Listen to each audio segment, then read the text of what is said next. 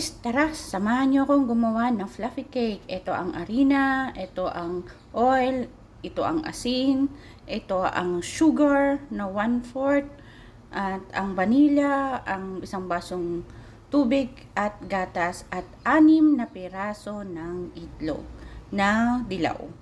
Pinagsama-samahin natin yan mga guys. Isimula ko na ang asukal at ang itlog na egg yolk. Ibatiin natin, haluin natin ng maayos para bongga. Hindi ako expert, pero ako ay nag-aaral gumawa ng fluffy cake. Samahan niyo ko kung ito ay magkakaroon na talaga ng yummy. Pangalawang beses ko na itong gumawa, kaya i-share ko lang din ang journey ko sa aking paggagawa ng cake. Wala pa akong panglahawak, kaya ang hirap maglagay ng tamang video mga guys. Yung isang kamay ko nakahawak sa cellphone ko, my god. Pero sige lang, push para may mai-update tayo, may mai-share tayo. Ito, ihulog ko na yung asin. Hahalu-haluin lang mga guys.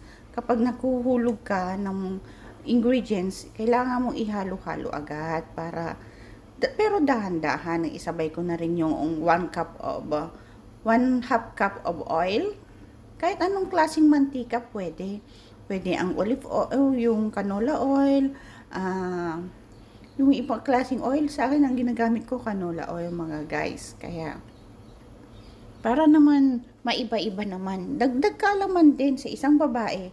Pag marunong kang, marami kang talent, pak na pak ka, diba? Yan, hinulog ko na rin ng gatas.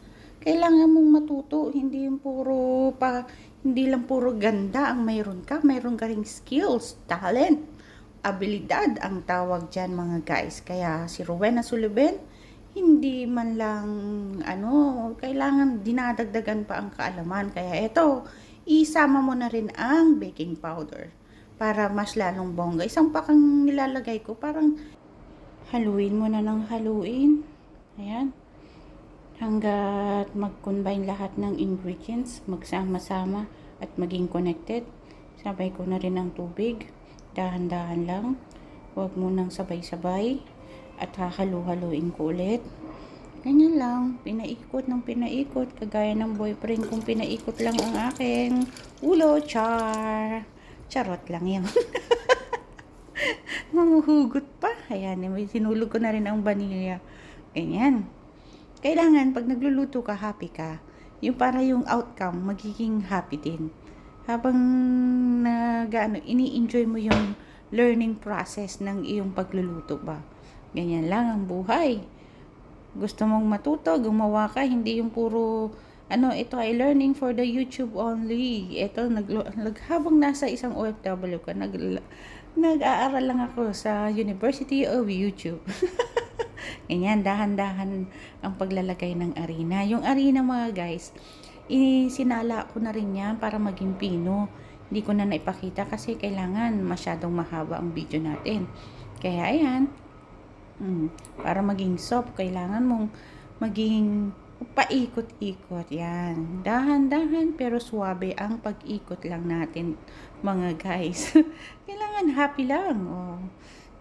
Kung ganyan pagka-pino, smooth. Mukhang nararamdaman mong maganda yung outcome nito. Nararamdaman ko eh. Basta pag nagluluto ako, ramdamin mo. Ayan mga guys, gagawa na ako ng meringue.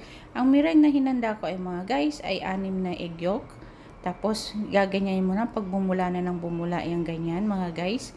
Titigil ko muna at ako ay maglalagay ng 1 tablespoon na suka. Kasi wala akong yung cream of tartar. Kaya suka ang ginagamit ko guys. Sabi sa University of YouTube, pwede naman ang suka. Kaya sa suka tayo mga guys. Kung ano yung mayroon tayo sa bahay. Kasi tayo ay nasa learning stage. Wala pa tayong masyadong lahat ng ingredients ay improvise. Ganyan.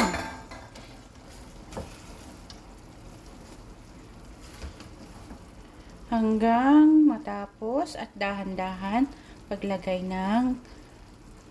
ng asukal. Pagpasensya nyo na guys. Wala talaga akong stick. Nasira yung stick ko. Kaya pag ako'y nagagawa ng video, ganito lang. Ganito. Kaya sige lang, laban lang. Pag paglagay-lagay, hanggat maging creamy yan. Dahan-dahan mong ilagay yung pagi ng suka, ay yung sugar, white sugar. Ang ginagamit ko rito, mga tropa pits, mga parikoy, marikoy. Tapos, haluin mo ng haluin. Ipaikot mo ng paikot. Kasi, hand mixer ang gamit natin. Kaya, natutuwa ko. Kasi sa probinsya, dati wala akong ganito eh. Ngayon, inuunti-unti kong mag-provide para pag uwi ko, ako nang gagawa ng cake ng mga pamangking ko. Lahat ng mga loved ones ko ba. Malaking bagay din to mga guys. Malaking tipid din ang marunong kang gumawa ng cake. Kasi bawat buwan ay may nagse-celebrate ng kaarawan. Pwede mo nang gawin yan.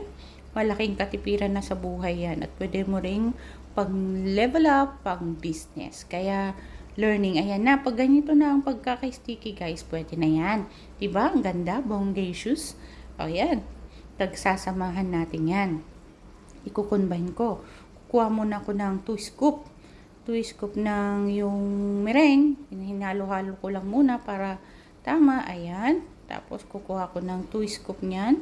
Saka ko hahaluin ng dahan-dahan. Ito rin, para hindi bumagsak ang cake ninyo maging fluffy. Dahan-dahan. Dito, relax ka lang. Kalma. Kalma ang tawag doon. Ayan, hinalo-halo. Kaya, natapos ko ng panghaluin together, ipubuhos ko na sa aking lianera. 8 inches ang gamit ko na pagka-lianera mga guys. Tinakpan ko ng foil sa baba kasi ibaba, lalagyan ko yan ng tubig doon sa aking oven.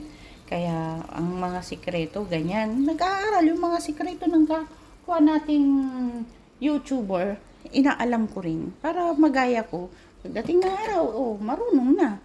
Ganyan lang pag akakaalam mga guys. Ayan. Kaya dahan-dahan hanggat ma-firm mo yan, tapos itatak-tak natin yan mga guys. Para sabi nga nila, hindi mag-bubbles. Hindi siya magano yung itong fluffy cake natin. Kaya, kailangan ng patient. Ayan. Tapos, naka-preheat na guys yung oven ko. Kung nakikita nyo doon sa aking gilid, napainit na. Huwag nating Tapos, nilagay ko na may tubig.